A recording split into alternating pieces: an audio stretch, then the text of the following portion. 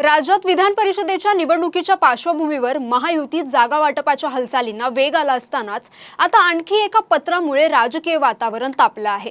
उपमुख्यमंत्री सुनेत्र पवार यांनी मुख्यमंत्री देवेंद्र फडणवीस यांना लिहिलेल्या एका पत्राची सध्या जोरदार चर्चा सुरू आहे। या पत्रात शिवसेना शिंदे गटाचे नेते आनंद परांजपे यांची एका महत्त्वाच्या पदावर होणारी नियुक्ती थांबवण्याची मागणी करण्यात आल्याची माहिती सूत्रांकडून समोर आली आहे। त्यामुळे महायुतीतील अंतर्गत नाराजी पुन्हा एकदा उघड झाल्याच्या चर्चा राजकीय वर्तुळात सुरू झाले आहेत।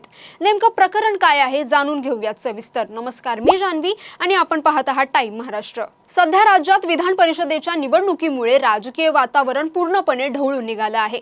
महायुतीत जागा वाटपावरून जोरदार खलबत सुरू असून तिन्ही पक्षातील सर्वोच्च नेत्यांच्या बैठकांचे सत्र सुरू आहे। एकीकडे जागा वाटपाचे गुराळ चाललेलं असतानाच उपमुख्यमंत्री सुनेत्र पवार यांच्या एका पत्राची राजकीय वर्तुळात जोरदार चर्चा सुरू झाली आहे। त्याचं कारण म्हणजे आनंद परांजपे यांना म्हाडाच्या उपाध्यक्ष पदावर नियुक्त करण्याचा प्रस्ताव चर्चेत होता। मात्र या नियुक्तीला विरोध करत सुनेत्र पवार यांनी मुख्यमंत्री देवेंद्र फडणवीस यांना पत्र पाठवल्याचं बोललं जातंय।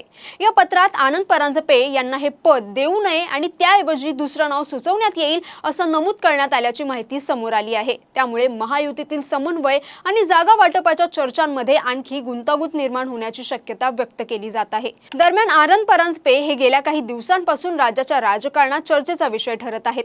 त्यांनी 14 मे रोजी राष्ट्रवादी काँग्रेस पक्षाच्या सर्वच पदांचा तसेच प्राथमिक सदस्यत्वाचा राजीनामा दिला होता। विधान परिषदेचे तिकीट न मिळाल्यामुळे ते नाराज असल्याची चर्चा त्यावेळी रंगली होती। त्यानंतर त्यांनी अधिकृतपणे शिवसेना शिंदे गटात प्रवेश केला। शिवसेनेत दाखल होताच त्यांचं नाव म्हाडाच्या महत्त्वाच्या पदासाठी चर्चेत आलं आणि त्याच वेळी सुनेत्र पवार यांच्या पत्राची माहिती समोर आल्याने राजकीय चर्चांना आणखी उधाण आलं आहे।